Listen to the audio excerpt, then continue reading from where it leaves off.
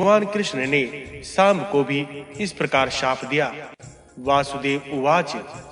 वासुदेव कहते हैं, जिस कारण से सभी रमणीगण तुम्हारा अतीव सुंदर रमणीय रूप देखकर शुद्ध हो गई, इसलिए तुम अब कुष्ठ रोग से ग्रस्त हो जाओ। वशिष्ठ उवाच। वशिष्ठ जी कहते हैं, जब पिता ने अपने पुत्र को इस प्रकार शाप दिया, तभी उसे कुष्ठ रोग हो गया, वह कुरूप हो गया। इसी प्रकार एक बार सांब से दुर्वासा मुनि कुपित हो गए थे और भविष्यवक्ता के चलते पूर्व वृतांत का स्मरण न रहने से नरश्रेष्ठ सांब ने सुमहत शाप पाया था।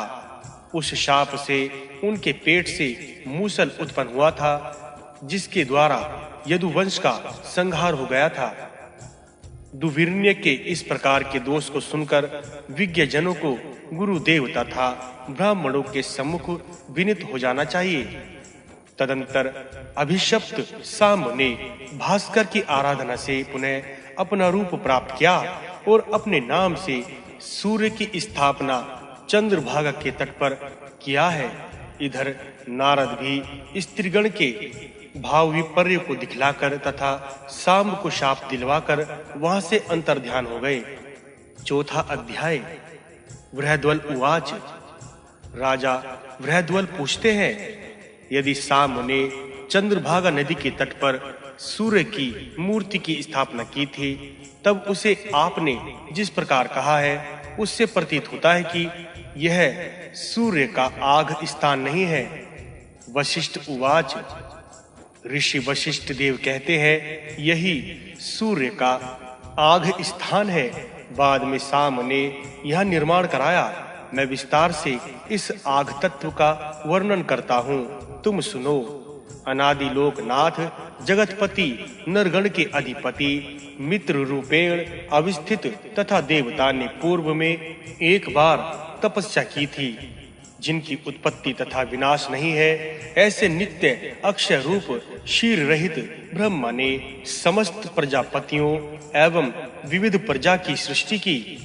तदंतर उन अव्यक्त पुरुष सहस्त्रांशु सूर्य स्वयं 12 रूप में देव माता अदिति के गर्भ से उत्पन्न हुए। इंद्र, धाता, पर्जन्य, पूषा, त्वष्टा, अर्यमा, भग, विवस्वान, विष्णु, अंशु, वरुण तथा मित्र, हे नाराधीप परमात्मा सूर्य अपनी इन 12 मूर्तियों से समस्त जगत को व्याप्त करके स्थित है। आदित्य की प्रथम मूर्ति इंद्र के नाम से विख्यात है। यह मूर्ति देवगण के शासन देवराज रूप में वर्तमान है। सूर्य की द्वितीय मूर्ति का नाम है धाता। यह प्रजापति रूप से नानाविध प्रजा की सृष्टि करती है। सूर्य की तृतीय मूर्ति पर्जन्य के नाम से विख्यात है। यह मेघमंडल में स्थित होकर अपनी किरणों से वर्षा करती है। इनकी चतुर्थ मूर्ति पूषा नाम से विख्यात है। यह अन्न में स्थित होकर नित्य समस्त प्रजा का पोषण करती है। इनकी पंचम मूर्ति त्वष्टा के नाम से प्रसिद्ध है। यह वनस्पति तथा औषधियों में सर्वोत्भावन स्थित है। इनकी षष्ठ मूर्ति को अर्यमा कहते हैं। यह वायु के संचरण के कारण सभी देह में सूर्य की सप्तम मूर्ति का नाम है। भग, यह भूमि में स्थित होकर सभी देहधारियों के शरीर में स्थित है। अष्टम मूर्ति विवस्वान कहलाती है। यह अग्नि में स्थित होकर शरीरधारियों का अन्नपान करती है। सूर्य की नवम मूर्ति का नाम है विष्णु देवगण। देवगण के शत्रु का नाश करने के लिए यह मूर्ति विष्णु नित्य प्रादुर्भूत होती है। इनकी दशम मूर्ति को अंशुमान कहा गया है। यह वायु में प्रतिष्ठित होकर सभी प्रजा वर्ग का आनंद वर्धन करती है। इनकी एकादश मूर्ति वरुण कहलाती है। यह जल में प्रविष्ट होकर जगत को जीवन दान देती है। जल का स्थान है समुद्र। वरुण जल में प्रतिष्ठित होकर समस्त जगत को जीवन दान देता है। तभी तो सागर को वरुणालय कहा गया है। सूर्य की 12वीं मूर्ति का नाम है मित्र। यह लोकालोक का हित चाहती है। तभी तो चंद्रभागा नदी के तट पर अवस्थित है। वह मित्र वायु भक्षण करता है और वह बंधु के समान चक्षु में स्थित होकर तपस्या कर रहे हैं। वे सर्वदा नानाविध वरों से भक्तों पर अनुग्रह करते हैं। यही है सूर्य का आदि स्थान चंद्रभागा नदी का तट, जिसका निर्माण सांब ने करवाया था।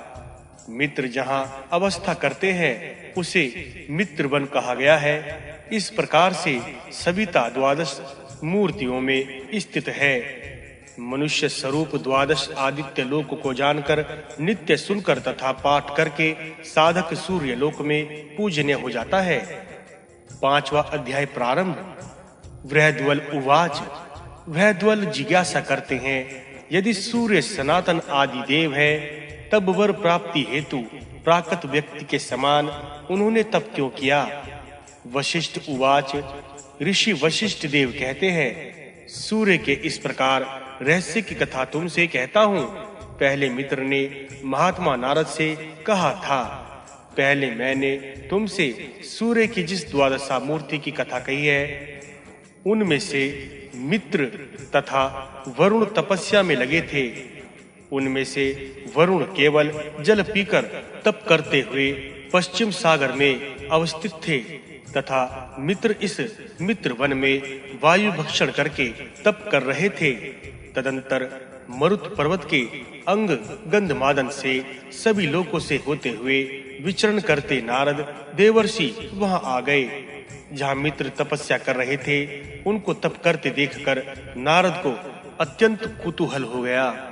जो अक्षय अव्यय प्रकट अप्रकट सनातन है, जिनके एक रूप से यह त्रिभुवन धृत है, जो सभी देवताओं के पिता तथा परम देवता है, वे स्वयं किस देवता का यजन कर रहे हैं, किस पितृगण का पूजन कर रहे हैं? नारद मन ही मन ऐसा चिंतन करके मित्र से पूछने लगे। सांगोपांग वेद तथा पुराणों में कहा गया है कि नारद उवाच। आप ही शाश्वत अज तथा धाता सृष्टिकर्ता धारण करता अनुत्तम महाभूत हैं। भूत भविष्य वर्तमान सब आपके अंदर प्रतिष्ठ हैं। हे देव, गृहस्थ प्रभृति चारों आश्रम दिन रात नाना मूर्तियों में विद्यमान आपकी पूजा करते रहते हैं। आप ही सभी के पिता माता तथा नित्य देवता है। आप किस पिता अथवा देवता का यजन कर रहे हैं, यह मैं नहीं जानता। मित्र उवाच।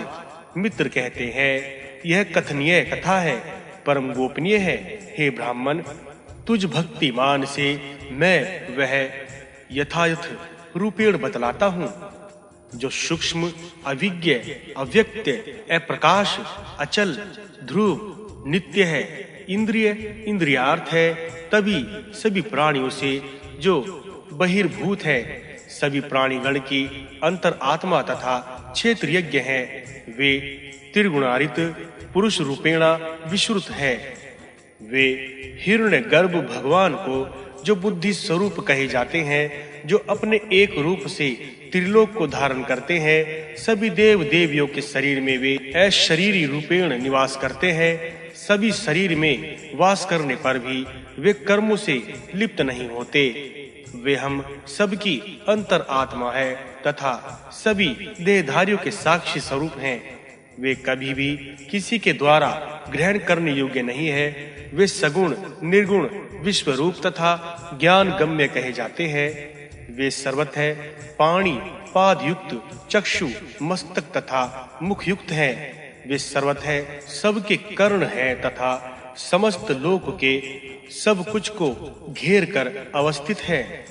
समस्त इंद्रियों के गुण आश्रम वे सकल इंद्रिय रूप हैं। जैसे एक ही दीपक से हजारों दीपक प्रज्वलित होते हैं, वैसे ही वे अकेले ही ब्रह्म रूपेण प्रकाशित हो रहे हैं। जब उन्हें जाना जाता है तब वे केवल आत्म रूपेण अवस्थान करते हैं। प्रलय में उनका एक रूप तत्व रहता है एवं सृष्टि काल में इनका बहरूप तत्व हो जाता है।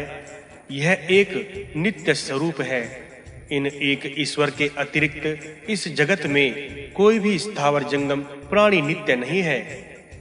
अक्षय वे अक्षय